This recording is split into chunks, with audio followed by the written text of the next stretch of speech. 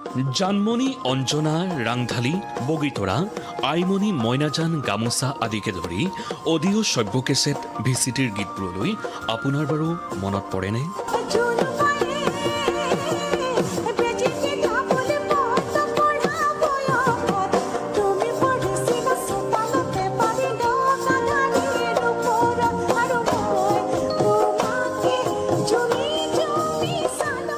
সেই সুৰীয়া কণ্ঠৰ অধিকাৰী কণ্ঠশিল্পী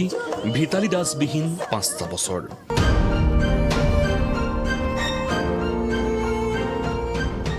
ভিতালী দাস অবিহনে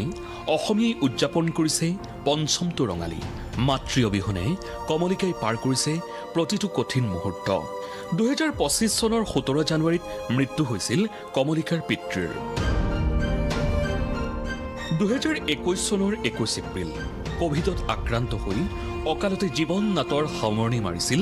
ভিতালী দাসে। ভিতালী দাস আৰু জুবিন গাৰ্গৰ কণ্ঠত প্ৰাণ পাই উঠিছিল প্ৰতিটো বহাগে।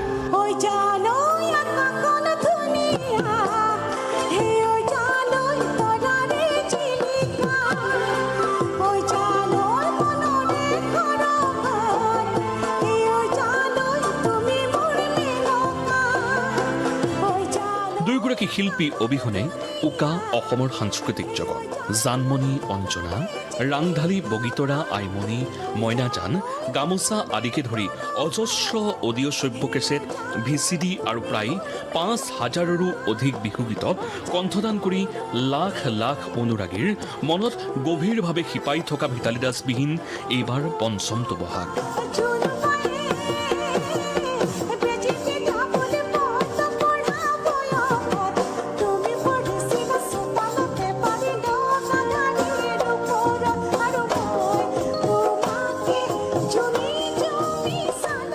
ভিতালী দাস কায়িকভাৱে নাই, কিন্তু কমলিকাৰ কণ্ঠত বহুতেই বিচাৰি পায় ভিতালী দাসৰ সুৰ।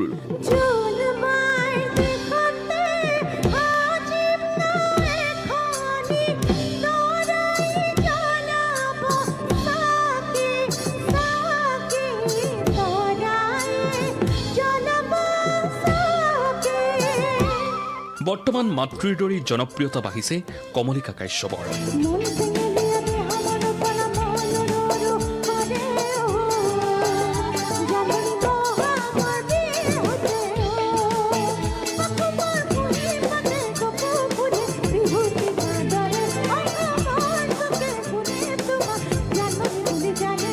বিহু অনুষ্ঠানত গীত পৰিৱেশন কৰাত বৰ্তমান খুবেই ব্যস্ত কমলিকা কাশ্যপ।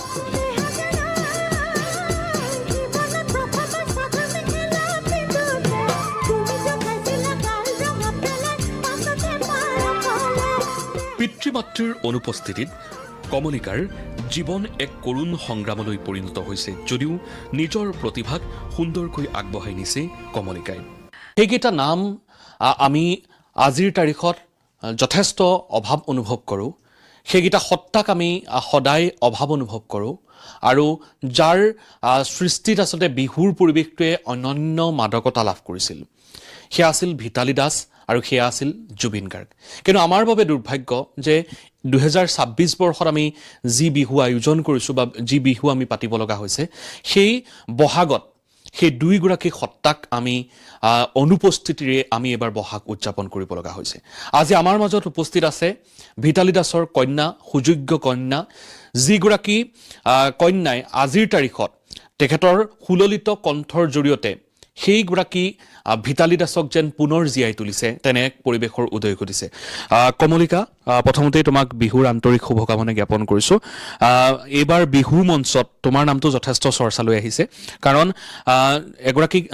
কম বয়সীয়া এগৰাকী যুৱতী হিচাপে তুমি তোমাৰ মাতৃৰ যি আদৰ্শ, অসমত বিহু বুলি ক'লেই আচলতে বা বিহুৰ যিসমূহ কেছেট আছিলে সেই কেছেটবোৰত আচলতে তোমাৰ মাৰ কণ্ঠটো আচলতে একক আৰু অনন্য আছিলে। আৰু আজি ক'ৰবাত নহয় ক'ৰবাত তোমাৰ মা কায়িকভাৱে আমাৰ মাজত নাথাকিলেও ক'ৰবাত নহয় ক'ৰবাত কিন্তু তুমি তোমাৰ নিজৰ সৃষ্টিৰ জৰিয়তে তেখেতক জীয়াই ৰাখিবলৈ সক্ষম হৈছা। বিহুৰ পৰিৱেশত আমাৰ দৰ্শকসকলক প্ৰথমে কি ক'বা? প্ৰথমেইতো এই অনুষ্ঠানটি চাই থকা যিমান কেইগৰাকী দৰ্শকবৃন্দ আছে সকলোলৈ মই ৰঙালী বিহুৰ শুভেচ্ছা জনাইছোঁ, আৰু আপোনালৈও শুভেচ্ছা থাকিল, দাদালৈও থাকিল। আচলতে এইবাৰৰ বিহু যেনেকৈ সকলো প্ৰত্যেকগৰাকী কণ্ঠশিল্পীয়ে মানে অনুভৱ কৰিব পাৰিছে যে বিহু এইবাৰ খুবেই সেমেকা অনুষ্ঠানসমূহ যদিও কৰিব গৈ আছোঁ আগৰ মই ইমান এক্সপিৰিয়েঞ্চটো নহয় ক'ব গ'লে মই 2023 পৰা অনুষ্ঠান এনেকৈ কৰিবলৈ আৰম্ভ কৰিছোঁ প্ৰফেচনেলি 23ত মোৰ কোনো বেণ্ড নাছিল কিন্তু 24, 25 মোৰ নিজৰ বেণ্ড আৰু এতিয়াও সেই বেণ্ডটোৱে আছে এতিয়া ক'ব গ'লে অনুষ্ঠানসমূহ কৰি গৈ আছোঁ প্ৰত্যেকখন মঞ্চতে যাওঁ নিশ্চয় সেই যে বিহু যে আহিছে সেই বস্তুটো পটককৈ আহি যোৱা টাইপ লাগি গ'ল 14-15 যোনটো আমাৰ তাৰিখ থাকে সেইটো এটা দিনত ক'ব গ'লে প্ৰত্যেকগৰাকী কণ্ঠশিল্পীৰে ঘৰত মানে উগুল থাগুল এটা পৰিৱেশ থাকে সকলোৱে অনুষ্ঠানলৈ যায় তাৰে আগে আগে অনুষ্ঠানৰ আগে আগে কোনোবাই জ্যেষ্ঠজনক কি কয় সেৱা জনায় তেনেকৈ অনুষ্ঠানসমূহ কৰিবলৈ যোৱা যায় এইবাৰ অনুষ্ঠানসমূহ কৰি আছোঁ ন' ডাউট যিমানকেইখন অনুষ্ঠান আছে কৰি গৈ আছোঁ কিন্তু কিবা এটা যেন বস্তু আধৰুৱা হৈ আছে সেইটো নিজেই কিবা এটা অনুভৱ হয় আৰু কালিয়ে মোৰ অনুষ্ঠান আছিল আপোনাৰ নলবাৰী বৰভাগত মই আহি থাকোঁতে এনেকুৱা মানে অনুভৱ হৈছে যে আগতে বিহু বুলি ক'লে আপোনাৰ 20 তাৰিখ পৰ্যন্তলৈকে এটা গুৱাহাটীখনত খুব ভিৰৰ সৃষ্টি হয় কালি মই যেতিয়া গৈছোঁ বৰভাগ বা আহোঁতেও তেতিয়াও কোনো ভিৰ নাই যাওঁতেও কোনো ভিৰ নাই আচলতে সেই বস্তুটোৱে যে এতিয়া যে সেই পৰিৱৰ্তনটো আহি গ'ল যে বহুত আগতে বিহুটো আচলতে ক'ব গ'লে কি কয় নাইকিয়া হৈছিলে তথাপিও কেইগৰাকীমান লোক আছিল যোনে বচাই ৰাখিছে বিহুটোক এতিয়া তেওঁলোকো নাই তেনেস্থলতে বিহুটোক লৈ চম্ভালাৰ দায়িত্ব বহুত ওপৰত আহি গ'ল এগৰাকী অসমীয়া নাগৰিক হিচাপে প্ৰথম সেইটোৱে কথা দ্বিতীয়তে জুবিন গাৰ্গদেৱ যোৱাবছৰ যোনটো আমাৰ লগত ঘটি গৈছে আচলতে 25 চনটো মোৰ বাবেও খুব এটা বেয়া সময় আছিল জানুৱাৰী মাহত দেউতাক মই হেৰুৱাইছিলোঁ এনেকৈ তথাপিও কিন্তু এপ্ৰিল মাহত অনুষ্ঠানসমূহ কৰিলোঁ যিমানেই যি নহওক কাৰণ এতিয়া ক'ব গ'লে সেইটো মোৰ এটা জীৱিকা একদম খোলা কথা ক'ব গ'লে মই পঢ়ি আছোঁ লগতে অনুষ্ঠান কৰি যোনখিনি উপাৰ্জন কৰোঁ সেইখিনি দি চলি আছোঁ সেইবাবে অনুষ্ঠানসমূহ অব্যাহত ৰাখিছোঁ আকৌ 25 চনতে ছেপ্টেম্বৰ মাহতে আকৌ এটা ঘটনা ঘটিল যোনটোৰ বাবে আচলতে ক'ব গ'লে হঠাৎ মই সেইখিনি সময়ত নিউজ চেনেল এটাতে আছিলোঁ দেই মই ওলাই অহাৰ পিছত মোক যেতিয়া মই গাড়ীখনেদি গৈ আছোঁ মই জালুকবাৰীত থাকোঁ মই আদাবাৰী পোৱাই নাই তেতিয়া ঘটনাটো ঘটিছে প্ৰথমে ৰখি দিলোঁ ৰখি লৈ ভাবিলোঁ হয়নে নহয় আৰু বহুত লোকে মোলৈ ফোন কৰিলে যে এইটো কথা হয়নে নে নহয় তোমালোকে জানা নেকি কিবা সেইখিনি সময়ত আচলতে এটা পজ আহি যায় যে ময়ো অলপ টাইম ৰখি দিলোঁ মই বোলো হয়নে নে নহয় কাৰণ এনেকুৱা এটা সত্তা যোনটো আমি ভাবিব নোৱাৰা এটা পৰিস্থিতি মই ন' ডাউট নিজৰ মানুহক হেৰাইছোঁ মা দেউতাক হেৰুৱাইছোঁ সেইটো যোনটো এটা সুখ সেইটো মই জানো জুবিন গাৰ্গদেৱ যেতিয়া তেখেতৰো নিধন হৈছিল তেতিয়াও কিন্তু একেই ধৰণৰে এটা সুখ আহিছিল যে আমি আগতে যাক ভাবি বা যাক চিন্তি যাৰ অনুষ্ঠান চাই লৈ আমি অনুষ্ঠান পৰিৱেশন কৰিবলৈ যাওঁ মই মাৰ অনুষ্ঠান চাইছিলোঁ আৰু জুবিন গাৰ্গদেৱৰে অনুষ্ঠান চাইছিলোঁ সেনেকৈ দুগৰাকী মোৰ আইডলে নাইকিয়া হৈ গ'ল কিন্তু কথাটো হৈছে যে জুবিন গাৰ্গদেৱেও এটা কথাই কৈ গৈছিল যে অনুষ্ঠানসমূহ চলাই লৈ গৈ থাকিব লাগিব কাৰণ বাপতিসাহোন বিহুটিক যদি এনেই আমি এলাই আথনি ক'লোঁ তেতিয়াহ'লে নিশ্চয়কৈ নচলিব তাতে অসমৰ কথা আহি যায় সংস্কৃতিটোৰ কথা আহি যায় অসমৰ হকে অসমৰ ৰাইজৰ হকে আমি গীতসমূহ গাই যাব লাগিব কাৰণ আমি এতিয়া উঠি অহা প্ৰজন্ম আহি থকা প্ৰজন্মটোৱে বুজি পাব লাগিব যে বিহু এনেকুৱাহে বিহুৰ মাদকতাটো এইটোহে সেইটোৱে কথা কমলিকাই আচলতে খুব এটা আচৰিত অনুভৱ আচলতে কৈছে 2021ত মাক হেৰুৱাইছা আৰু 2025 বৰ্ষত নিজৰ দেউতাকক হেৰুৱাইছে আৰু সেই বছৰটোতে আমাৰ সমগ্ৰ অসমবাসীয়ে হেৰুৱাইছে নিজৰ প্ৰাণৰ শিল্পীগৰাকীক আৰু দুয়োটা অনুভৱ নিজৰ আপোনজনক হেৰুৱাৰ যিটো অনুভৱ আৰু জুবিন গাৰ্গক হেৰুৱাৰ অনুভৱো আচলতে খুব কঠিন আৰু কমলিকা বৰ্তমান সময় আচলতে বহু প্ৰত্যাহ্বানপূৰ্ণ তাৰ মাজত তোমাৰ নামটো চৰ্চালৈ আহিছে এই আমাৰ যে গীত মাতবোৰ বৰ্তমান সময়ছোৱাত বিভিন্নজনে গাবলৈ আৰম্ভ কৰিছে এই গানসমূহ যেতিয়া গোৱা হয় মঞ্চত পৰিৱেশন কৰা হয় সেই সময়ছোৱাত কিন্তু এগৰাকী শিল্পীৰ যথেষ্ট দায়বদ্ধতা খুব দৰকাৰী এই ক্ষেত্ৰত তুমি কিন্তু আজিৰ তাৰিখলৈকে বিচলিত হোৱা নাই বা ক'ৰবাত নহয় ক'ৰবাত সেই যিটো বিহুৰ মাদকতা বা বিহু গীতসমূহৰ মাদকতা তুমি কম বয়সীয়া এগৰাকী যুৱতী হিচাপে কিন্তু সেই ধাৰাটো ধৰি ৰাখিবলৈ সক্ষম হৈছা তুমি গান প্ৰথমতে ক'ত শিকিছিলা মই আনুষ্ঠানিকভাৱে গানৰ শিক্ষা গ্ৰহণ কৰিছোঁ মই সংগীত কাননৰ পৰা তাৰ পৰাই মই বিশাৰত পাছ কৰিছোঁ তাৰপিছত মই ক'ব গ'লে নিপুণটো কৰিবলৈ পৰা নাই যিহেতুকে অনুষ্ঠানসমূহ চলি থাকে পঢ়া পাতিও থাকে সেয়েহে নিপুণটো মই কৰিব পৰা নাই কিন্তু খুব সম্ভৱ মই আগন্তুক দিনলৈকে নিশ্চয়কৈ নিপুণটো কৰিম বুলি আশা আছে সেইটোৱে আৰু এটা প্ৰশ্ন এইখিনিতে যিহেতু তুমি বিহুৰ কথা কওঁতে জুবিন গাৰ্গৰ কথা ক'লা বা অসমৰ সংগীত ক্ষেত্ৰৰ কথা কওঁতে জুবিন গাৰ্গৰ কথা ক'লা জুবিন গাৰ্গক তুমি লগ পাইছানে মই লগ পাইছিলোঁ 2024ত বিজয়নগৰত মোৰ অনুষ্ঠান আছিল মোৰ আগে জুবিন গাৰ্গদেৱৰ অনুষ্ঠান আছিল তেখেত অনুষ্ঠানত উঠি গ'ল তাৰপিছত উঠি যোৱাৰ পিছত তেখেতক আচলতে দেউতা মাৰ লগত তেখেতৰ খুব ভাল আগতে সেই দেউতাক দেখা পাইলে ক'লে যে তেখেতে নিশ্চয়কৈ অলপ হ'লে গম পাইছিল তাৰপিছত ক'লে তাইক মাত এবাৰ মই যেতিয়া গানটো গোৱাৰ পিছত সেইখিনি সময়তে যি লগ পাইলৈ কিন্তু দুৰ্ভাগ্যজনক যে আজিকালিৰ দিনত এনেকুৱা এগৰাকী ফিগাৰ যেতিয়া দেখা যায় যোন আমাৰ বাবে হাৰ্টথ্ৰব তেখেতক দেখিলে কোনোবা এগৰাকী চেলফি ল'ব ফটো উঠিব কিন্তু দুৰ্ভাগ্যজনক সেইখিনি সময়ত মোৰো মনত নাহিল বা মোৰ দেউতাৰো মনত নাহিল বা আমাৰ কাৰোৰে মনত নাহিল যে মই এনেকৈ এখন ফটো ল'ব লাগিছিল সেই ফটোখন নাথাকিল আক্ষেপ এইটোৱে কিন্তু সৰুতে নিশ্চয়কৈ লগ পাইছোঁ মই এবাৰ দুবাৰ সেনেকুৱাই লগ পোৱা আছে 2025 বৰ্ষৰ কথা ক'ব বিচাৰিছোঁ 2025 বৰ্ষতো গণেশগুৰিত তুমি যিখন অনুষ্ঠান কৰিছিলা সেইখন অনুষ্ঠানটো অলপ সময়ৰ পিছতেই জুবিন গাৰ্গৰ অনুষ্ঠান আছিলে সেই একেখন মণ্ডপতে যদিও তোমালোকৰ হয়তো সেই অনুষ্ঠানটোত সাক্ষাৎ নাই হোৱা তথাপিও সেই পৰিৱেশটো কিন্তু তেখেতেও সেই অনুষ্ঠানটো কৰিছিলে সেই আচলতে মানুহে কেতিয়াও ভাবিব নোৱাৰা এটা আকস্মিক ঘটনা যে সেই অনুষ্ঠানটোত তোমালোকে একেলগে বুলি ক'ব পাৰি কাৰণ একেখন মঞ্চতে অনুষ্ঠান পৰিৱেশন কৰিছা তাৰ পিছত সেই মানুহজন যে সেই অনুষ্ঠানটোতেই শেষ বা সেই বছৰটোতেই শেষ বিহু হয়তো কোনো ভাবিব পৰা নাছিলে আচলতে গণেশগুৰি যোৱা বছৰ যোনখন অনুষ্ঠান আছিল মোতকৈ তেখেতৰ আগত আছিল জুবিন গাৰ্গদেৱৰ মোৰ অনুষ্ঠানৰ আগত আছিল অনুষ্ঠান মোৰ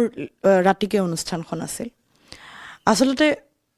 আমি যে কওঁ এটা কনচাৰ্ট বুলি বস্তুটোৰ কথাটো ভালকৈ একো ক'ব নোৱাৰিম যে কনচাৰ্ট এনেকুৱা হয় বা তেনেকুৱা হয় কিন্তু ক'ব গ'লে আমি জুবিন গাৰ্গদেৱৰ অনুষ্ঠানক চাই লৈ আমি বুজি পাইছোঁ যে কনচাৰ্ট এখন এনেকুৱা হয় কনচাৰ্ট কি হয় ফেন ফলোয়িং কোনটোক কয় ৰাইজে মানে চকু বন্ধ কৰি কাক একদম বিশ্বাস কৰা শিল্পী যদি ক'বলৈ যায় যে সেয়া হৈছে জুবিন গাৰ্গদেৱ আমি যদি কওঁ যে ডাঙৰ হ'লে কোনগৰাকী শিল্পীৰ নিচিনা হ'ব বিচাৰা তেতিয়া কিন্তু সদায় প্ৰথমেই মনলৈ জুবিন গাৰ্গদেৱৰ নামটো আহিবই কাৰণ কিয় তেখেতৰ যোনটো অৰা সেই বস্তুটো খুব কম সংখ্যক মই শিল্পীৰ মাজত দেখিছোঁ মই মোৰ অভিজ্ঞতা দি মই কৈছোঁ যিহেতুকে মই এবাৰ হ'লেও লগ পাইছোঁ তেখেতক অনুষ্ঠানৰ ক্ষেত্ৰত মই লগ পাইছোঁ লগ পোৱাৰ পিছত এটা কথাই অনুভৱ কৰিব পাৰিছোঁ যে তেখেত খুব শিশুসুলভ তাৰে লগতে আমি যে কওঁ তেখেতে মঞ্চত থাকিলে যিকোনো কথা কৈ দিয়ে সেইটো আচলতে কাৰণটো কিয় তেখেতৰ পেটত এটা মুখত এটা নহয় তেখেতৰ মনত যোনটো আহিছে সেইটো কথাই তেখেতে কৈ দিয়ে মই সেইদিনাখনেই এবাৰেই লগ পাইছোঁ এবাৰ লগ পাই মই উপলব্ধি কৰিবলৈ পাৰিছোঁ যে তেখেতৰ মনত যোনটো আছে মোক এটা কথা ক'লে সেইখিনি কথা মই ক'বলৈ নিবিচাৰিম সেই কথাটো মোক কৈ দিলে ষ্টেজৰ মাজতে এতিয়া কৈ দিলে মই হঠাৎ অলপ টাইম ৰখি দিলোঁ যে ভাবিলোঁ কি জানি কথাটো বেলেগ হ'ব নেকি কিন্তু মই ভাবিলোঁ নহয় বেয়া ভাবি তেখেতে কোৱা নাই কথাটো নিশ্চয়কৈ তেখেতে উপলব্ধি কৰিছে মোৰ প্ৰতি ৰাখিলে তাৰপিছত তেখেতে কৈছে যে কি কয় বেছি বছৰৰ কথাটো মই নকওঁ কাৰণ কি 24ৰ কথাখিনি মোৰ মনত আছে এইটোৱে যে অকল বিহু গাই থাকিলে নহ'ব তোৰ কাৰণে মই বেলেগ গানো লিখি আছোঁ তই গাব লাগিব কিন্তু সেনেকৈ কথা কিন্তু কথাটো হ'ল কি তেখেত যেতিয়া ছিংগাপুৰ গুচি গ'ল তাৰ পিছত মই লগ ধৰা কথা আছিল কিন্তু ঘটনাটো ঘটি গ'ল বস্তুটো মোৰ বাবে মিষ্ট্ৰি হৈ থাকিল, কি গান, কি কথা, কি আছিল, সেইটোৱে কথা। কিন্তু তেখেতৰ সৃষ্টিৰাজি যিমানখিনি আছে, তেখেতৰ যিমানখিনি সংগীত আছে, গীত আছে, সেইসমূহ জীয়াই ৰাখিবলৈ চেষ্টা কৰিছোঁ। অকল মই বুলি নহয় দেই, যিমান কেইগৰাকী কণ্ঠশিল্পী মই এইবাৰ অনুষ্ঠান কৰিবলৈ গৈছে, আৰম্ভণিৰ পৰা শেষলৈকে জুবিন গাৰ্গ দেৱৰেই গীত গাইছে। সেইটোৱে মোৰ ভাল লাগিছে। এতিয়া আমি চাব লাগিব যে জুবিন গাৰ্গক আমি যিহেতু এগৰাকী ব্যক্তি হিচাপে কেতিয়াও ৰখা নাছিলোঁ, অসমৰ সম্পদ হিচাপে সকলোৱে ৰাখিছিলে। এনে সময়ছোৱাত জুবিন গাৰ্গৰ গীতৰ যেতিয়া উপস্থাপন কৰা হয়, যেতিয়া পৰিৱেশন কৰা হয়, এনে সময়ছোৱাত একাংশ গায়িকাই ক'ৰবাত নহয় ক'ৰবাত বিচলিত হৈছে আৰু সুৰ বিকৃতকৰণ কৰিছে, এনেধৰণৰ অভিযোগ আছে। আনকি সেই বিষয়ে এতিয়া থানাৰ মজিয়া পাইছেগৈ। গতিকে সেইসকল যিসকল গায়িকাই বৰ্তমান সময়ছোৱাত সংগীতক লৈ বজাৰ আৰম্ভ কৰিছে, সেইসকলক লৈ কিবা ক'বানি? সুৰ বিকৃত কৰা শব্দ সেয়া হোৱা, আচলতে আগতে খুব কম্পিটিশ্যনছ কৰিছিলোঁ মই। সেইটো মই ক'ব গ'লে সেইটো এটা ভূপেন হাজৰিকাদেৱৰ এৰা আছিল। আগতে ভূপেন্দ্ৰ সংগীত প্ৰতিযোগিতা, জ্যোতি সংগীত প্ৰতিযোগিতা, বিষ্ণু ৰাভাদেৱৰ প্ৰতিযোগিতা গীতৰ আধাৰত বহুত কৰিছোঁ। এই যোনটো সুৰ বিকৃত কৰা বা সুৰটো অলপমান চেঞ্জ কৰি লৈ কোৱা, সেইটো আগৰ দিনৰ পৰাই মই পাইছোঁ যে ভূপেন হাজৰিকাদেৱৰ গীত এটাও বহুত ভালেমান কণ্ঠশিল্পীক মই দেখিছোঁ যোনে চেঞ্জটো মানে অলপমান ইম্প্ৰভাইজ কৰি লৈ গায়। এতিয়া চাওক, ইম্প্ৰভাইজ আৰু সুৰ বিকৃত কৰাৰ মাজত কিন্তু বহুত ডিফাৰেঞ্চ আছে, যোনটো মই ক'বলৈ বিচাৰিছোঁ। ইম্প্ৰভাইজেশ্যন এটা বেলেগ বস্তু, সুৰ বিকৃত কৰা কিন্তু বেলেগ বস্তু। ইম্প্ৰভাইজেশ্যন হৈছে যে আমি এটা গানটো ছেইম সুৰতেই আছে, কিন্তু তাতে আমি নিজৰ কিবা এটা বস্তু ঢালিবলৈ চেষ্টা কৰিছোঁ। তাৰপিছত বিকৃত কৰাৰ যদি কোৱা যায়, নোটটো নালাগিল, স্কেলটো নালাগিল বা শুনাত একদম বেসুৰা লাগিছে, সেইটোক বিকৃত কৰা বুলি কয়। এতিয়া কথাটো হৈছে যে প্ৰথমেতো এই পাৰ্থক্যটো আমি বুজি পাব লাগিব যে দুইটাৰ পাৰ্থক্যটো কি। কিন্তু তাৰে ভিতৰতে আৰু এটা কথা, ইম্প্ৰভাইজেশ্যন বা সুৰ বিকৃতৰ মাজত এটাই কথা ক'ব বিচাৰিম যে যেতিয়ালৈকে সেই গানটো আমাৰ নিজৰ নহয়, গানটোত কিন্তু অধিকাৰো আমাৰ নাই যে গীতটি অলপ হ'লেও চেঞ্জ এটা কৰা যাওক। যেতিয়ালৈকে গানটো আমাৰ নিজৰ নহয়, আমি নিজৰ গান এটা গাইছোঁ, তেতিয়া ধৰক সুৰটো অলপ হ'লে চেঞ্জ কৰিছোঁ, এইটো বেলেগ কথা। কিন্তু যেতিয়া এনেকুৱা এটা গান গাবলৈ গৈছোঁ যোনটো আচলতে খুব ক'ব গ'লে আমাৰ হিয়াৰ আমঠু জুবিন গাৰ্গ দেৱৰে হ'ল, বা ভূপেন্দ্ৰ সংগীত এটাই হ'ল, ভূপেন হাজৰিকাদেৱৰ হ'ল, বা জ্যোতি সংগীত হ'ল, বা ক'ব গ'লে বিষ্ণু ৰাভাদেৱৰ গীতৰ আধাৰতে আমি গালোঁ, বা খগেন মহন্ত দেৱৰে গীত এটা গালোঁ, তেতিয়া কিন্তু আমি সুৰটো যেনেকুৱা আছে আমি গাবলৈ চেষ্টা কৰোঁ। সেইটো কম্পিটিশ্যনৰ দিনৰ পৰাই কওঁ, বা আগতে আমি কম্পিটিশ্যনত মই আগতে কেতিয়াবা যদি কিবা কাৰণত সুৰটো ভুল কৰি দিওঁ, যোনগৰাকী বিচাৰক থাকে তেওঁলোকে কিন্তু কয়, সুৰটো তুমি এবাৰ গোৱাচোন, গাবলৈ দিয়ে, তাৰপিছত তেখেতে মোক শুধৰাই দিয়ে। মই বহুত এনেকৈ কম্পিটিশ্যনছ পাইছোঁ য'ত মানে ভালেমান বিচাৰকসকলে আমাক শুধৰাই দিছিল। আচলতে সেইবাবে কিজানি সেইখিনি সময়ত অলপমান বস্তুখিনি ক'ব গ'লে প্লেইন আছিল, বা কোনো উখল মাখল নাছিল সেইখিনি সময়ত যে সুৰ বিকৃত কৰা বা ইম্প্ৰভাইজেশ্যন কৰা। আজিকালিৰ দিনত ক'ব গ'লে কম্পিটিশ্যনছ বোলা বস্তুটো খুব কমি গ'ল। কম্পিটিশ্যন মানে মই ইজন সিজনক লৈ কম্পিটিশ্যনৰ কথা কোৱা নাই। ভূপেন্দ্ৰ সংগীত প্ৰতিযোগিতা, জ্যোতি সংগীত প্ৰতিযোগিতা, বা বিষ্ণু ৰাভাদেৱৰ প্ৰতিযোগিতা গীতৰ আধাৰত, সেইসমূহ খুব কমি গৈছে। আজিকালি আয়োজন কৰিলেও খুব কম সংখ্যক প্ৰতিযোগীয়ে ভাগ লয়, সেয়েহে গীতসমূহৰ চৰ্চা নাইকিয়া হৈছে। নাইকিয়া হোৱাৰ বাবে সকলোৱে আন এগৰাকীয়ে গোৱা হিচাপে সেই হিচাপে গাই লৈ সেয়া কৰে, গাবলৈ চেষ্টা কৰে। সেইটোৱে হয়, খুব এটা প্ৰাসংগিক আৰু খুব এটা সময়োপযোগী কথা কৈছে। আমি এটা কথা বা এটা পৰিৱেশ যিহেতু তোমাৰ মাজত সমগ্ৰ ৰাইজে দেখি পাইছে যে আজিৰ তাৰিখত তুমি খুব সুন্দৰকৈ অনুষ্ঠানসমূহ পৰিৱেশন কৰি আছা। এনে সময়ছোৱাত তোমাক বিচাৰি পাইছে নিজৰ মাতৃৰ অৰ্থাৎ ভিতালী দাস, অসমৰ এগৰাকী প্ৰতিষ্ঠিত তথা বিশিষ্ট শিল্পী। আমি অকালতে হেৰুৱাবলগীয়া হ'ল, আমাৰ বাবে দুৰ্ভাগ্য। অৱশ্যে সেইগৰাকী ব্যক্তিৰ কন্যা আমাৰ সৈতে যিহেতু উপস্থিত আছে, আৰু তেখেতৰ গীত এইবাৰ হয়তো তুমি মঞ্চত মাতৃৰ গীত হয়তো এইবাৰ গাইছা। আমি অকণমান দৰ্শকসকলৰ বাবে কিবা এটা যদি মাৰ গান গুণগুণাই দিয়া ভাল পাব সকলোৱে। নিশ্চয়। এটি গীত আছিল লাহে লাহে যেতিয়া বুলি। গীতটি লিখিছিল, সুৰ কৰিছিল প্ৰেমে চমুৱা দেৱে,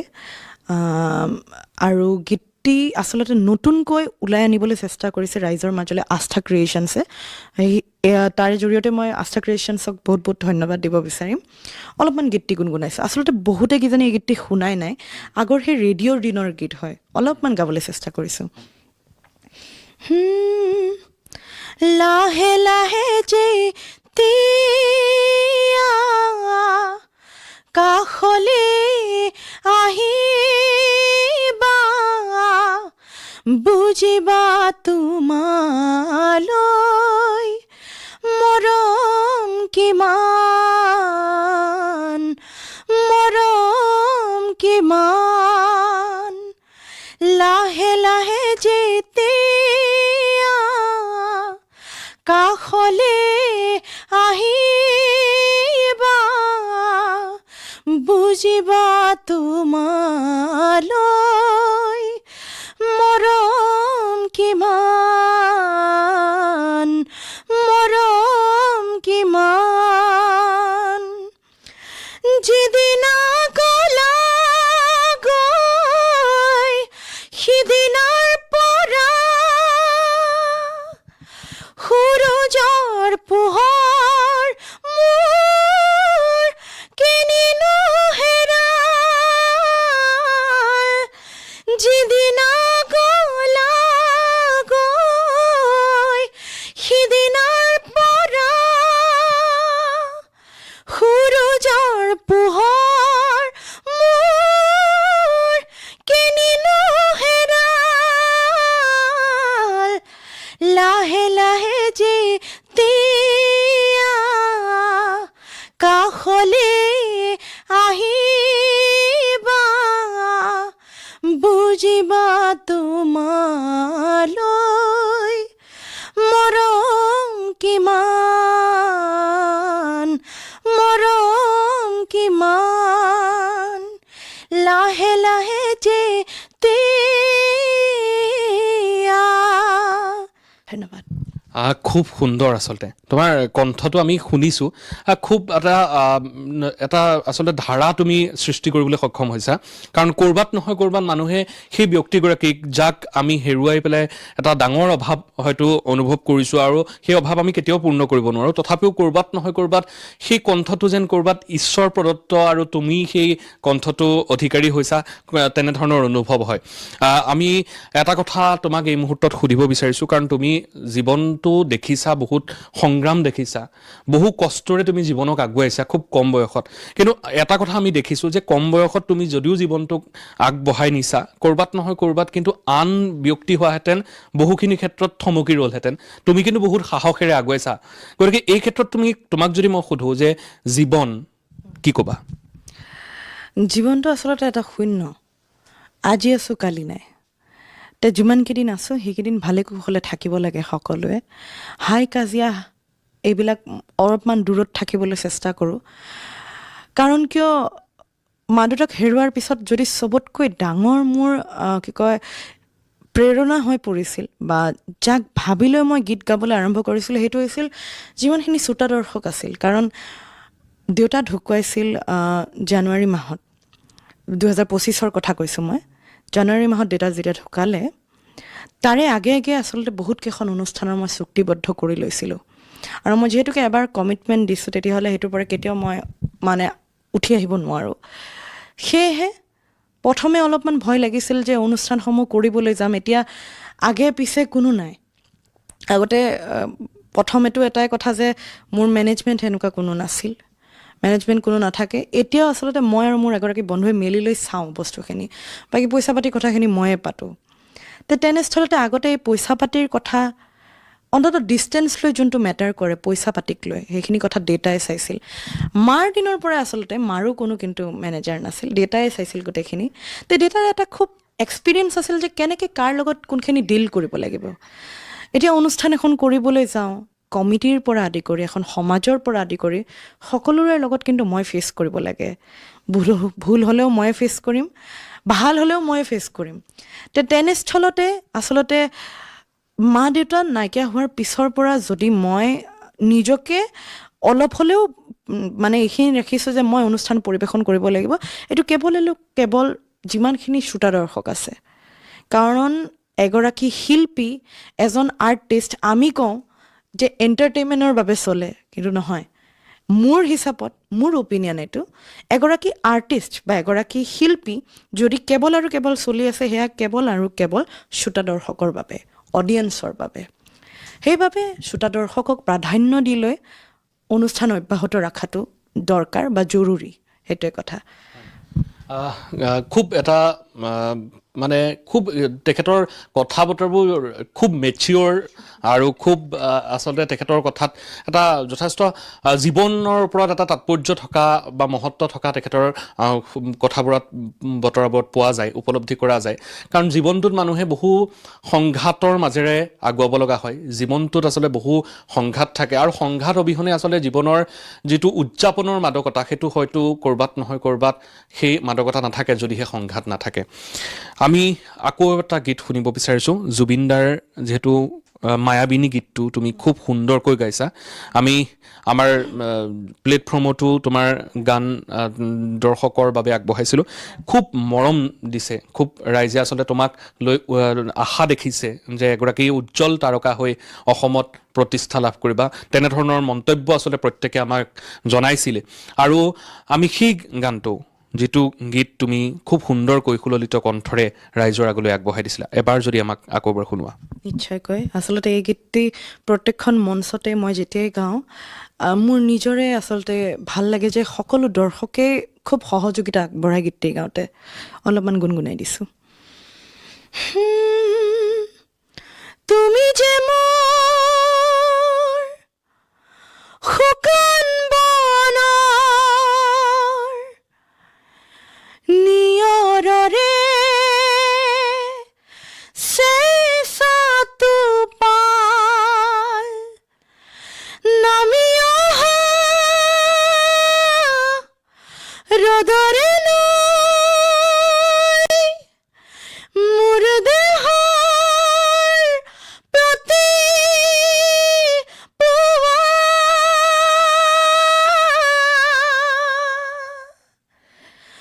মায়াবিনী ৰাতিৰ বুকুত দেখা পালো তোমাৰ ছবি, ধৰা দিলা গোপনে আহি হিয়াৰ কোণত।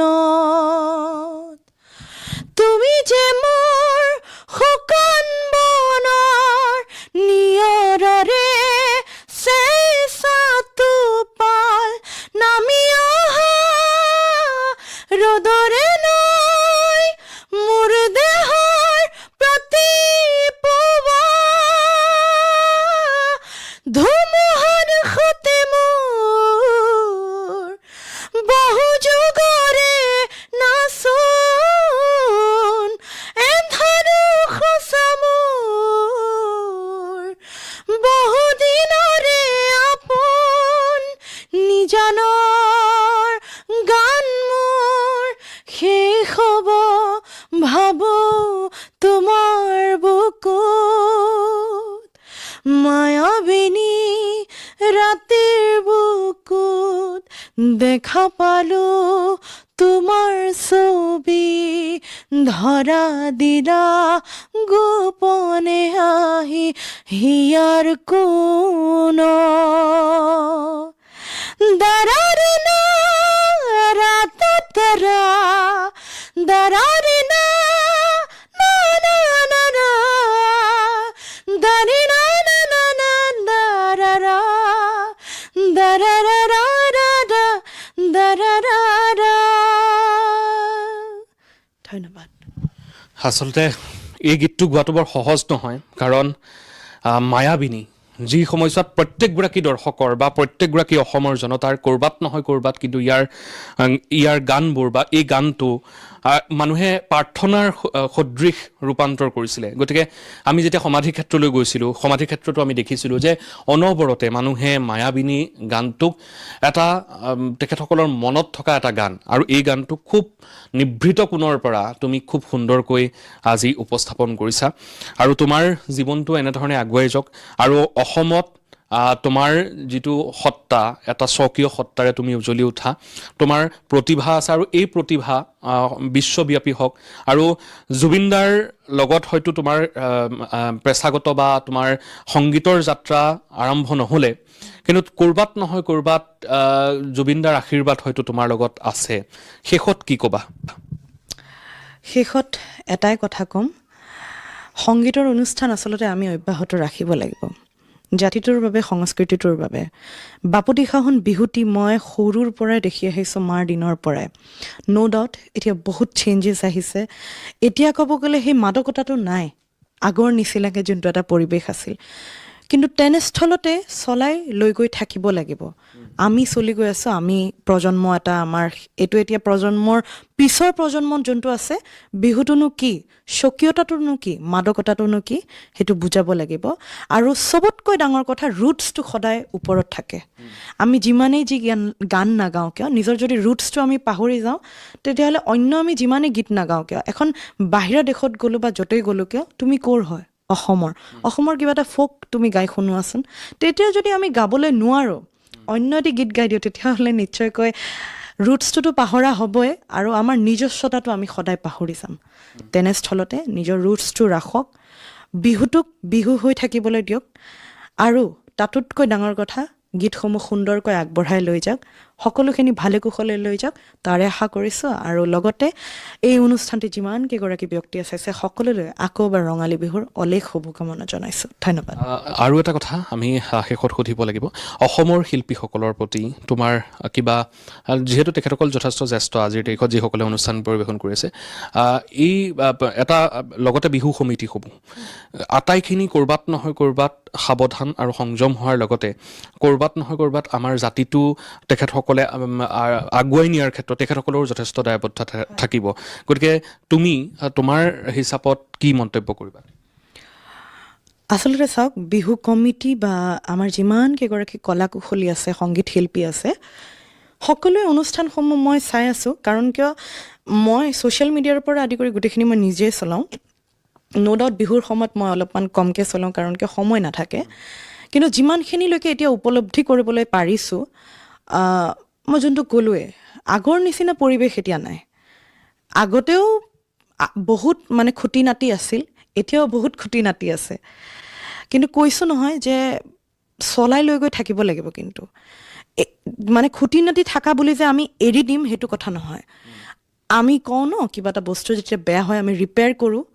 ৰিপেয়াৰিং কৰিব লাগিব কৰি লৈ কিন্তু বস্তুটোক অব্যাহত ৰাখিব লাগিব কাৰণ কিয় এইটো জাতিটোৰ বাবে আমি কৰি গৈ থাকিব লাগিব